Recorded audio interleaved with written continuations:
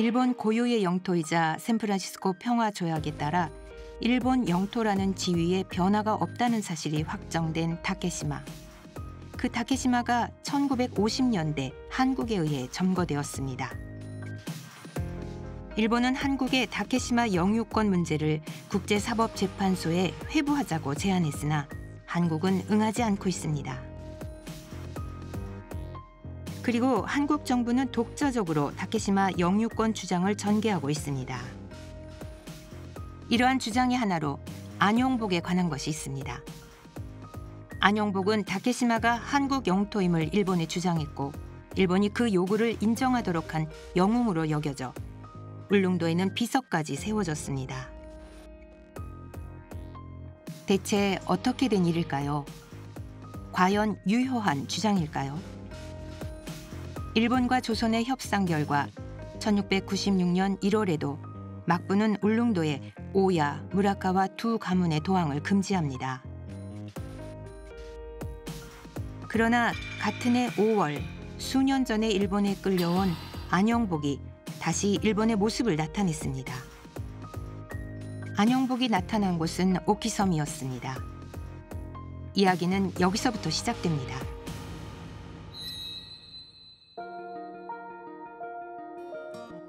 1696년 5월 20일 안용복 등 11명이 오키섬에 선박을 정박시키고 나서 오키섬 관청의 관리가 조사를 실시했습니다.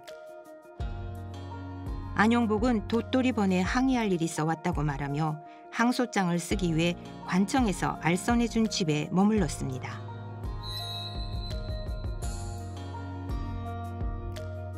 그리고 나서 안용복은 도토리번으로 향합니다.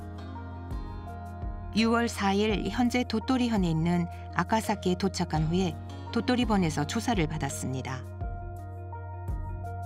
도토리번은 막부의 대처법을 지시해 줄 것을 요청하지만 결국 안용복의 호소는 받아들여지지 않고 막부의 지시에 따라 도토리번에서 추방되었습니다.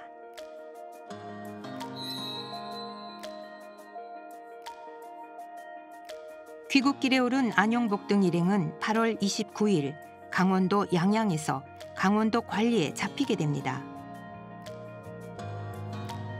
여기서 안용복은 조선 관리에게 일본에서 소송을 했다고 설명하고 그 사실이 중앙정부에 보고되었습니다.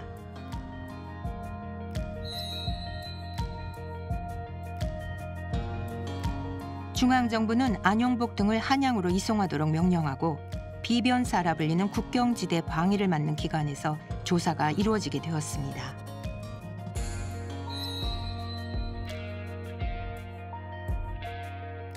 안용복은 비변사에서 조사를 받았는데 당시 진술이 후일에 편찬된 조선의 역사서 숙종실록에 수록되었습니다.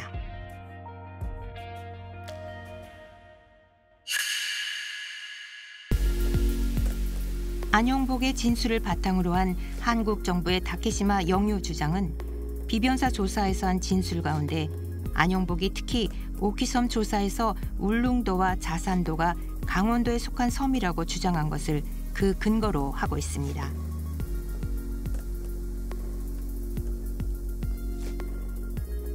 즉, 한국 정부는 안용복이 말한 자산도가 현재 다케시마라고 주장하고 있습니다. 오키섬에서 이루어진 조사 내용은 일본 측 기록에서도 오키섬의 무라카미 가문에 전해져 내려온 사료에 기록되어 있습니다.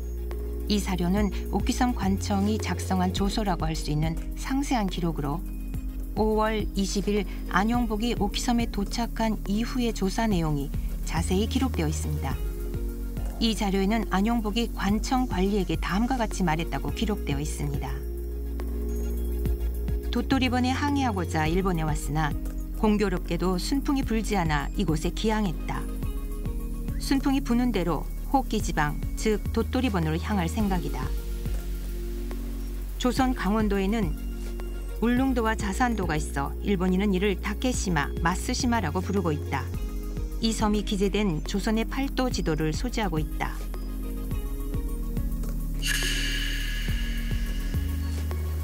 한국 정부는 이 자산도가 현재 다케시마를 지칭한다고 주장하고 있습니다.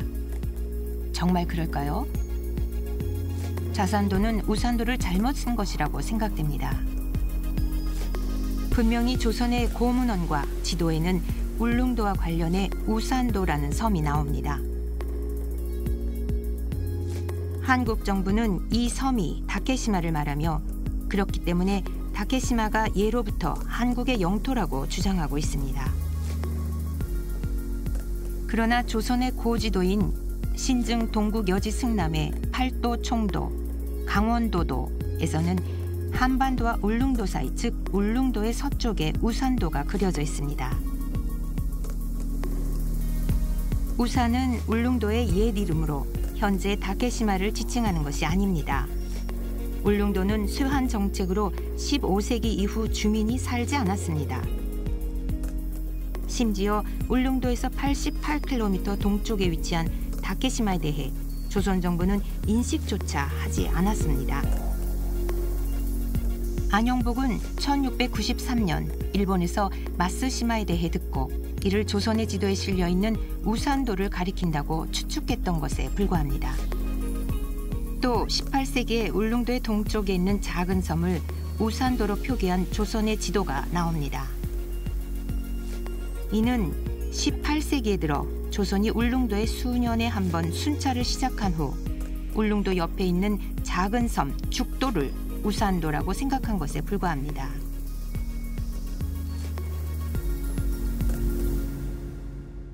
이번에는 비변사에서 진술한 내용을 살펴보겠습니다.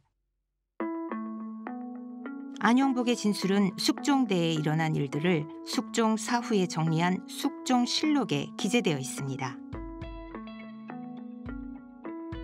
숙종실록에도 안영복이 오키섬에서 울릉도와 자산도가 조선 강원도에 속한 섬이라고 주장했다는 기술 내용이 있습니다만 여기서는 그 이외 부분에 대해 살펴보겠습니다. 이 진술은 오키섬에서 한 설명 등과 크게 다른 것이었습니다.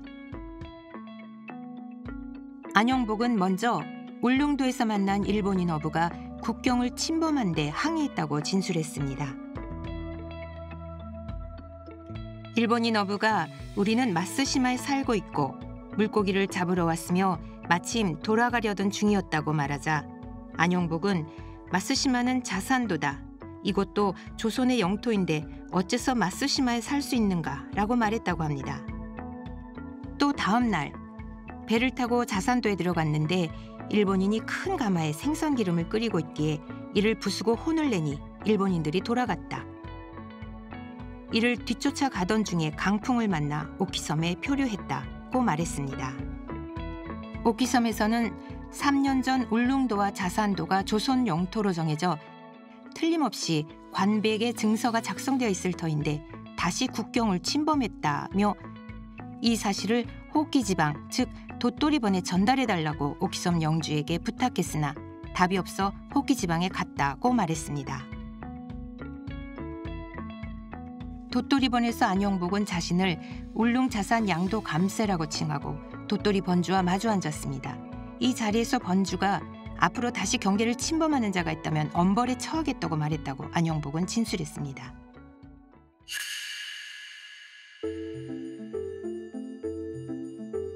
오키섬에서 한 진술과 실제 행동, 그리고 비변사에서 한 진술을 비교하면 다음과 같습니다.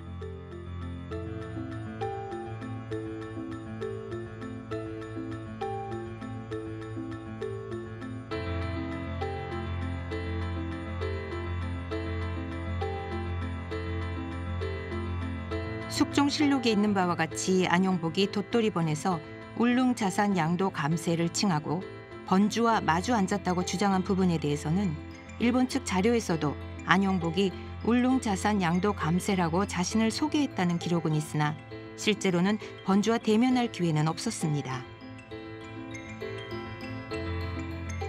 또 1693년 일본 체제 시 장군의 증서를 받았다고도 진술했습니다. 즉 비변사의 허위 진술을 반복했던 것입니다. 안영복은 조선지도에 기재된 자산도가 마쓰시마, 즉 현재의 다케시마라고 생각하고 그렇게 진술한 결과 숙종실록에는 자산도가 일본이 말하는 마쓰시마라는 진술 기록이 남았습니다. 그리고 숙종실록에 기록된 안용복의 진술이 훗날 조선의 지리책과 역사서에서 객관적 사실인 것처럼 적히게 된 것입니다. 한국 정부는 이렇게 오류가 있는 지리책과 역사서를 근거로 하여 자산도가 현재의 다케시마를 가리킨다고 주장하고 있습니다.